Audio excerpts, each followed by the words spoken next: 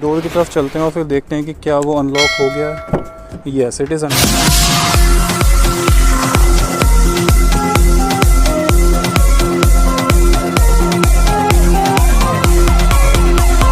नमस्कार दोस्तों, स्वागत है आपका हमारे चैनल पे EM कास्ट। तो दोस्तों आज हम बात करने जा रहे हैं इंस्ट्रूमेंट क्लस्टर के एक एक डिटेल्ड फीचर के बारे में और एक एक स्पेसिफिकेशन के बारे में कि हमें अपनी ब्रेजा गाड़ी में इंस्ट्रूमेंट क्लस्टर में क्या क्या मिलता है और क्या क्या चीज़ें हमारे लिए यूज़फुल हैं और किस तरीके से हम उसको यूज़ कर सकते हैं। तो सबसे पहले बात कर लेते हैं कि इग्निशन ऑन करने के बाद में डिस्प्ले किस तरीके से दिखता है और यहाँ पर क्या क्या हमें दिखाई देता है।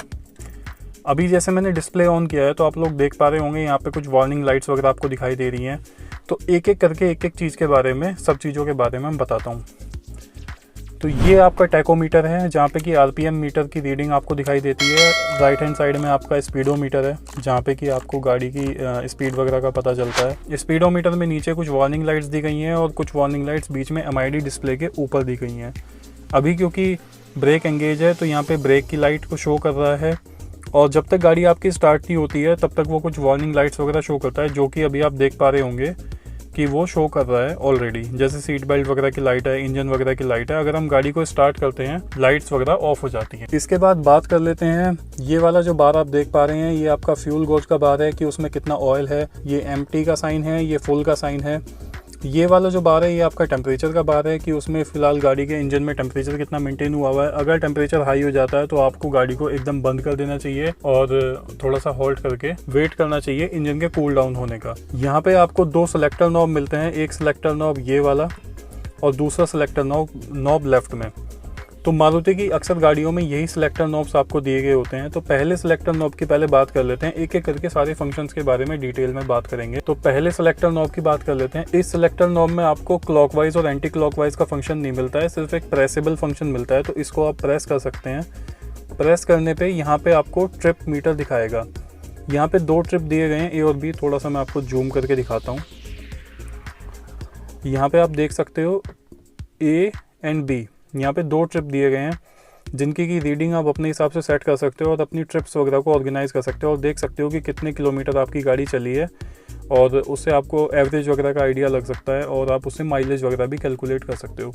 तो यहाँ पे इस नॉब का फिलहाल जो इंडिविजुअल फंक्शन है वो यही है। उसके बाद बात कर लेते हैं सेकंड नॉब की, जो कि राइट सेलेक्टर नॉब है। राइट सेलेक्टर नॉब में सबसे पहले जो बात अगर हम करें, इस नॉब में हमें क्लॉकवाइज और एंटी क्लॉकवाइज का फीचर मिलता है। तो अगर हम सबसे पहले अगर हम बात करें, अगर हमारे हेडलाइट्स ऑन है या फिर ये कह लो हमारी पार्किंग लाइट्स ऑन है कार की, तो यहाँ से हम इसका क्लॉकवाइज और एंटी क्लॉकवाइज फीचर यूज़ कर सकते हैं।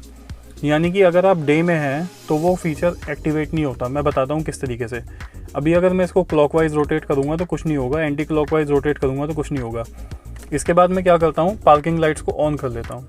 अब मैंने पार्किंग लाइट्स को ऑन किया, यहाँ से थोड़ा सा आपने देखा होगा कि थोड़ा सा जो डिस्प्ले था उसकी ब्राइटनेस जो है वो थोड़ी डिम हो गई। यानी कि सिस्टम को पता चल गया कि अभी नाइट का थोड़ा सा टाइम हो रहा है, इवनिंग हो रही है। अब अगर यहाँ पर आप इसको क्लॉकवाइज और एंटी क्लॉकवाइज रोटेट करोगे तो आप देख पा रहे होंगे कि यहाँ से आप अपने जो MID की डिस्प्ले है उसकी जो ब्राइटनेस है उसको कंट्रोल कर सकते हैं। फुल पे इस तरीके से दिखता है और यहाँ से इसको अपने हिसाब से आप सेट कर सकते हैं। तो मैं यूजुअली इसको 3 लेवल पर रखता हूँ, जो मुझे सफिशिएंट लगता है। दोबारा प्रेस करेंगे तो ये सबसे पहला फंक्शन हो गया इसका, जहाँ पे कि आप इससे ब्राइटनेस वगैरह को कम या ज़्यादा कर सकते हैं। अब इसी के साथ ही पार्किंग लाइट्स को ऑफ़ कर देते हैं। पार्किंग लाइट्स को ऑफ़ करने के बाद में डिस्प्ले बाय डिफ़ॉल्ट फुल पे आ जाता है। फुल पे इसलिए आ जाता है क्योंकि दिन में ब्राइटनेस की ज़्यादा ज़रूरत होती है, तो वो ये एज्यूम करता है सिस्टम की पहले दिन में अगर गाड़ी चल रही है आपकी तो ब्राइटनेस फुल रहे और अगर रात को चल रही है तो आपकी जो कस्टम सेटिंग्स हैं वो रहें। अब इसके बाद बात कर लेते हैं कि और क्या क्या इस नॉब के फीचर्स और फंक्शंस हैं और उसके बाद कुछ एडवांस फंक्शंस के अंदर चलेंगे। सबसे पहली बार अगर मैं एक बार इसको प्रेस करता हूँ तो यहाँ पे आप देख पा रहे होंगे एक मेरे को रेंज दिखा रहा है। रेंज दिखाता है कि अभी आपकी गाड़ी में जितना ऑयल है उस हिसाब से आपकी गाड़ी आपके एवरेज के हिसाब से, जो अभी आपका एवरेज चल रहा है उस हिसाब से कितने किलोमीटर चल सकती है। 395 किलोमीटर्स ये दिखा रहा है, ठीक है। ऊपर इसमें यहाँ पे टाइम दिखा रहा है कि अभी फ़िलहाल क्या टाइम हो रहा है, ठीक है। यहाँ पे दिखाता है कि टोटल अभी तक गाड़ी कितना चल चुकी है, तो 1570 किलोमीटर गाड़ी चल चुकी है। उसके बाद एक बार और प्रेस करते हैं। ये इंस्टेंटेनियस एवरेज होता है, ये जब भी एक्टिवेट होता है जब आपकी गाड़ी स्टार्ट होके ड्राइविंग मोड में होती है। जब आप गाड़ी चलाओगे तभी ये एक्टिवेट होता है। एक बार और प्रेस करते हैं इसको। इसके बाद आ जाता है एवरेज। ये एवरेज कैलकुलेट होता है आपकी टोटल ड्राइविंग डायनामिक्स और आपकी लास्ट ड्राइविंग के बेसिस पे। जैसे जैसे आप गाड़ी को जितना ज़्यादा अच्छा चलाते हो उतना ज़्यादा ये एवरेज जो है बढ़ता जाता है और अप टिल मैक्स 16.5 या फिर 17 तक भी पहुंच सकता है अगर आपकी ड्राइविंग डायनामिक्स और आपकी रोड की कंडीशंस बहुत अच्छी हैं। लेकिन अगर आप बहुत ज़्यादा लोकल में गाड़ी चला रहे हो या फिर बहुत ज़्यादा रैश ड्राइविंग कर रहे हो या फिर बहुत ज़्यादा ब्रेक सप्लाई कर रहे हो तो ये एवरेज कम होता रहता है। क्योंकि अभी मैंने लास्ट कुछ टाइम गाड़ी बहुत ज़्यादा बम्पर टू बम्पर ट्रैफिक वगैरह में चलाई थी, लोकल बहुत ज़्यादा चलाई थी, लोकल मार्केट्स वगैरह में बहुत ज़्यादा भीड़ होती है, इसलिए मेरा एवरेज थोड़ा सा कम दिखा रहा है। एक बार और प्रेस कर लेते हैं तो वापस से रेंज पे आ जाते हैं, इंस्टेंटेनियस पे और एवरेज पे। अब बात कर लेते हैं कुछ एडवांस फीचर्स के बारे में। इसके बाद बात कर लेते हैं सबसे पहली फीचर के बारे में, जो कि अगर आप दोनों सिलेक्टर नॉब्स को एक साथ प्रेस करते हैं तो आप अपने टाइम को मैनेज कर पाते हैं। यानी कि अगर आपको टाइम सेटिंग्स को मैनेज करना हो तो आपको दोनों सिलेक्टर नॉब्स को एक साथ प्रेस करना होगा और उसके बाद टाइम की सेटिंग्स आपके लिए इनेबल हो जाएंगी। तो दोनों सिलेक्टर नॉब्स को एक साथ प्रेस करते हैं। यहाँ पे आप देख सकते होंगे अभी जो टाइम है वो जो पहला टाइम है वो ब्लिंक करना उसने स्टार्ट कर दिया है। तो अगर आप यहाँ से सिलेक्टर नॉब से उसको चेंज करेंगे तो यहाँ से वो चेंज हो जाएगा एंटी क्लॉकवाइज और clockwise, as simple as that. तो यहाँ से जब आप इसको एक बार प्रेस करेंगे तो ये आवर्स वाला जो टाइम था वो सेट हो गया है, उसके बाद ये मिनट्स वाले पे रोटेट हो गया है। तो यहाँ से आप उसको क्लॉकवाइज और एंटी क्लॉकवाइज ऑपरेशन से उसको सेट कर सकते हैं। जब आप 11:3 पे प्रेस कर देंगे वापस से तो ये आपका टाइम इस तरीके से सेट हो चुका है। तो दोस्तों बहुत सारे लोगों ने पूछा कि भाई जब ब्रेज़ा आती है, स्टॉक ब्रेज़ा आती है, तो उसमें क्या होता है कि जब हम की से गाड़ी को खोलते हैं तो खोलने के बाद में होता क्या है कि सिर्फ ड्राइवर साइड डोर खुलता है लेकिन बाकी के दरवाजे लॉक रहते हैं। अगर हमें उस सेटिंग को चेंज करना है तो उस सेटिंग को हम कैसे चेंज कर सकते हैं? तो उसका बहुत सिंपल सा तरीका है, मैं आपको बताता हूँ। अभी 2 मिनट में वो समझ जाओगे आप। सबसे पहले अपनी गाड़ी का इग्निशन ऑन कर लो। इग्निशन ऑन करने के बाद में यहाँ से लॉन्ग प्रेस करके रखो।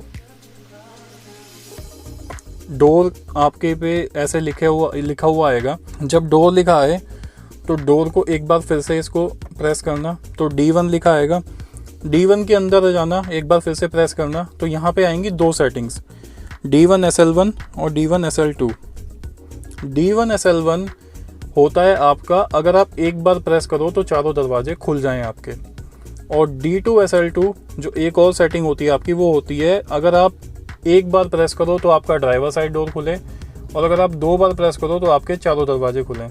तो आपको अगर D1 SL2 पे रखना है तो D1 SL2 पे रख सकते हो। D1 SL1 पे रखना है कि आप चाहते हो कि एक बार में सारे दरवाजे खुलें, जिसमें कि AB लिखा हुआ भी आपको दिखाई दे रहा होगा। मैं एक बार जूम कर लेता हूँ, तो वो भी आप कर सकते हो। तो मैं क्या करूँगा, D1 SL1 पे जाऊँगा और इसको यहाँ पे सक्सेस हो जाएगा ये, ठीक है। तो it's that simple, it's so simple.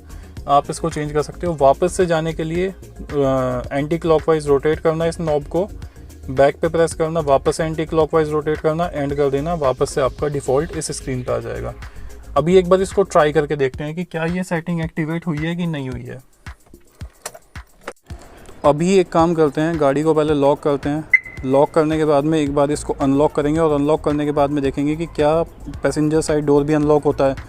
तो मैंने इसको अनलॉक किया और अब एक बार पैसेंजर डोर की तरफ चलते हैं और फिर देखते हैं कि क्या वो अनलॉक हो गया। Yes, it is unlocked.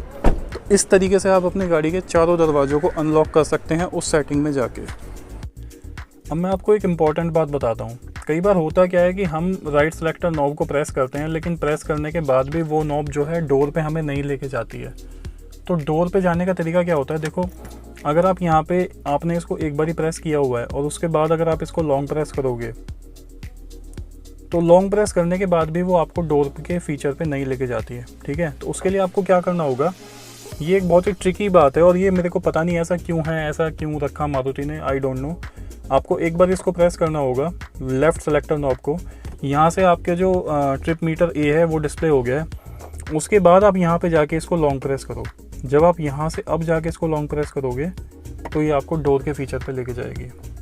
तो मैंने आपको D1 के बारे में बताया कि कैसे आप अपने सारे दरवाज़ों को अनलॉक कर सकते हैं। इसके बाद अब मैं बात कर लेता हूँ D2 की। D2 में क्या होता है, तो D2 में क्या होता है, D2 का मतलब है ऑटोमेटिक डोर लॉकिंग फंक्शन। यानी कि अगर आपको डोर लॉकिंग फंक्शन को डिसेबल करना है तो आप D2 के अंदर जा सकते हैं, ठीक है। डिसेबल या फिर इनेबल करना है। D2 के अंदर अगर आप जाओगे तो एक एक करके बात कर लेते हैं। D2 SL1 का मतलब है disable the automatic door locking function, यानी कि दरवाजे अपने आप लॉक हो जाएंगे। इसको डिसेबल करना है तो आप D2SL1 को प्रेस करके सक्सेस कर सकते हैं, ठीक है।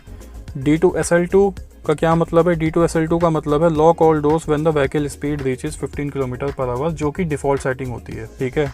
और D2SL3 भी होता है इसमें एक। D2SL3 इस गाड़ी में इसलिए नहीं है क्योंकि ये गाड़ी ऑटोमेटिक वेरिएंट नहीं है। तो D2SL3 में क्या होता है कि जब आपका जो गियर लीवर होता है वो आपका पार्किंग से हटके मूवमेंट में, ड्राइव मोड में होता है, तो दरवाज़ों को ऑटोमेटिकली लॉक कर दे।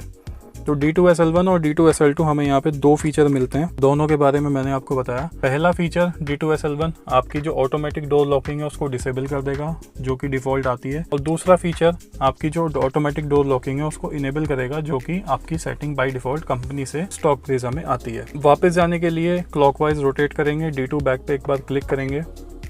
अब इसके बाद बात कर लेते हैं D3 के बारे में। D3 क्या होता है? पहले हमने बात की कि गाड़ी को किस तरीके से चारों दरवाजों को एक साथ खोलने के लिए हम सेटिंग D1SL1 में जा सकते हैं। उसके बाद हमने बात की D2 के अंदर क्या होता है कि जो लॉकिंग फंक्शन होता है उसको किस तरीके से चेंज कर सकते हैं। उसके बाद D3 क्या होता है? D3 के अंदर अगर हम चलते हैं तो एक एक करके मैं आपको बता देता हूँ कि किस किस तरीके से ये ऑपरेट होता है। D3SL1 का मतलब होता है disable the automatic door unlocking function of the vehicle. जब तक आप गाड़ी बंद करने के बाद में खुद से उसको नहीं खोलोगे तब तक आपके जो डोर्स हैं वो ओपन नहीं होंगे। D3SL2 होता है ऑटोमेटिक वेरिएंट्स के लिए, तो इसमें नहीं है। D3SL3 होता है कि जब आपकी गाड़ी बंद होगी, जब आप अपनी की निकालोगे तो डोर्स ऑटोमेटिकली अनलॉक हो जाएंगे, जो कि डिफ़ॉल्ट फीचर यानी कि स्टॉक ब्रेजा में आपके आता है। अगर आपको इस सेटिंग को चेंज करना है तो D3SL1 में जा सकते हो। अगर आपको उस सेटिंग को चेंज नहीं करना है, मान लिया गलती से आपसे चेंज हो गया और जब आप अपनी गाड़ी को बंद करते हो तब ऑटोमेटिकली डोर्स नहीं खुलते हैं, ठीक है, तो उसके लिए फिर आप वापस से जाके D3SL3 में उसको चेंज कर सकते हो। मैं इसका एक एग्जांपल आपको दे के बताता हूँ।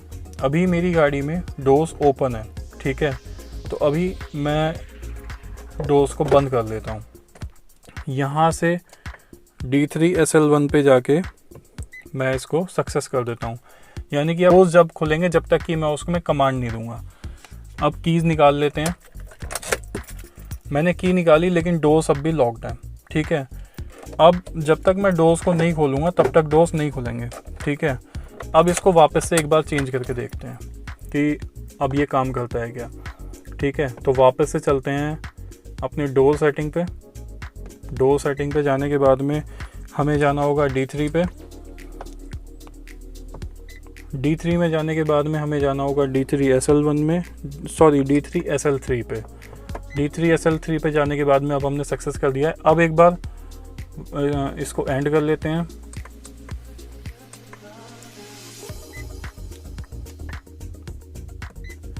अब हम बाहर आ चुके हैं। अब अपनी गाड़ी से कीज़ को निकाल के देखते हैं, तो अब ऑटोमेटिकली जो डोर्स थे वो अनलॉक हो चुके हैं, यानी कि हमारी जो डिफ़ॉल्ट सेटिंग है वो अप्लाई हो चुकी है। अब इसके बाद बात कर लेते हैं D5 के बारे में। तो डोर के अंदर जब हम चलेंगे तो इसके बाद आ जाता है हमारा D5। कुछ भी चीज़ रहनी नहीं चाहिए, क्योंकि डिटेल्ड एक्सप्लेनेशन का और वीडियो का मतलब ये होता है कि जब आपके सारे पॉइंट्स कवर हो जाएं तभी आपको तसल्ली होनी चाहिए कि हाँ मैंने अब सारे के सारे पॉइंट्स कवर कर लिए हैं। अब इसके बाद चलते हैं D5 के बारे में। तो D5 में क्या होता है कि जब आप अपने डोर्स को अपनी कीज से ओपन करते हो, ठीक है, मतलब गाड़ी को अनलॉक करते हो बेसिकली, तो आपका एक सायरन साउंड होता है, 2 बार वो बीप करता है। उस सेटिंग को आप यहाँ पे चेंज कर सकते हो D5SL1 से और D5SL2 से। पहली जो सेटिंग होती है वो डिफ़ॉल्ट होती है, यानी कि सायरन होगा। दूसरी जो सेटिंग होती है D5SL2 की, वो होती है कि सायरन साउंड नहीं होगा। एज सिंपल एज दैट, ठीक है। तो इसमें आप अपने अकॉर्डिंगली अपनी कन्वीनियंस के हिसाब से आप उसको सेटिंग को सेव कर सकते हो और वापस से क्लॉकवाइज रोटेशन से वापस जा सकते हो and you can and everything. तो मैंने डोर के बारे में आपको लगभग सब कुछ बता दिया, मतलब लगभग क्या, मैंने सभी कुछ कवर कर दिया। डोर में मैंने आपको सारा कुछ बता दिया। डोर में मैंने आपको D1 बताया, D1 के साथ साथ D2 बताया, D3 बताया, D5 बताया, मैंने आपको लगभग सब कुछ बताया।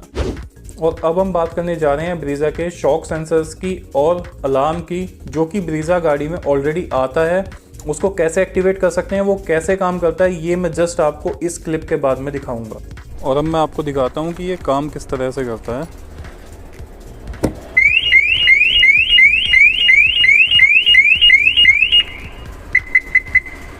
अब इसमें डिफरेंस क्या है, जब आप अपनी की से इसको ओपन करोगे तो ओपन करने में यूजुअली जो आपका बीप है वो 2 बार बजता है, वो 4 बार बजेगा। और इंडिकेटर्स भी 4 बार फ्लैश करेंगे। अब अंदर की तरफ चलते हैं और मैं आपको दिखाता हूँ कि अंदर की तरफ क्या डिफरेंस आएगा इससे।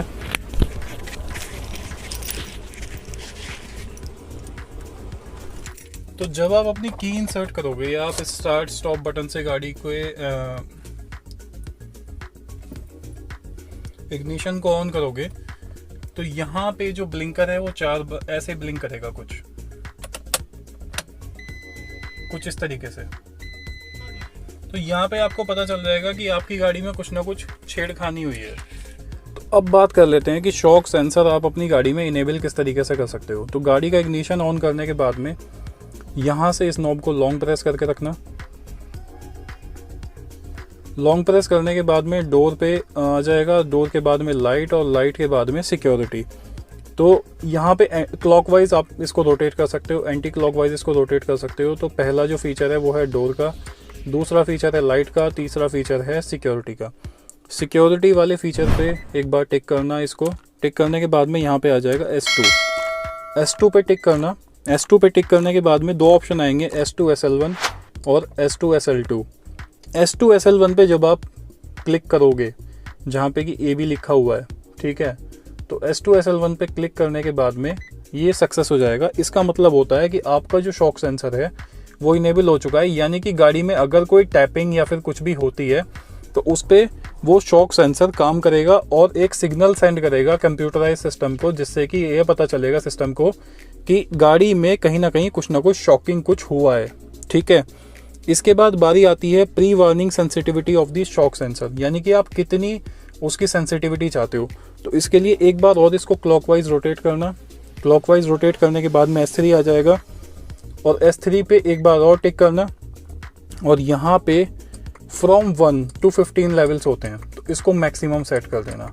इसको मैक्सिमम ही सेट करना, क्योंकि क्या होता है कि ये सेंसर ऑलरेडी थोड़ा सा हल्का दिया गया है, ठीक है। तो इसके बाद बारी आ जाती है आपकी फुल ब्लास्ट वार्निंग की। फुल ब्लास्ट वार्निंग का मतलब जो अभी मैंने आपको साउंड सुनवाई थी उसकी आप लेवल, उसका लेवल आप कितना रखना चाहते हो, उसका भी L01 to L15 आप रख सकते हो। उसके लिए आपको क्या करना होगा, पहले हम गए थे S2 में शॉक सेंसर को इनेबल करने के लिए, फिर हम गए थे S3 में शॉकिंग की लेवल को सेट करने के लिए, और अब हमें जाना होगा S4 में। तो S4 में जब हम जाएंगे तो यहाँ पे भी अलग अलग लेवल्स दिए गए हैं, L01 to L15। तो यहाँ पे इसको एंटी क्लॉकवाइज एक बार रोटेट करना तो ये बैक और फिर L15 आ जाएगा, इसको आप सेट कर देना।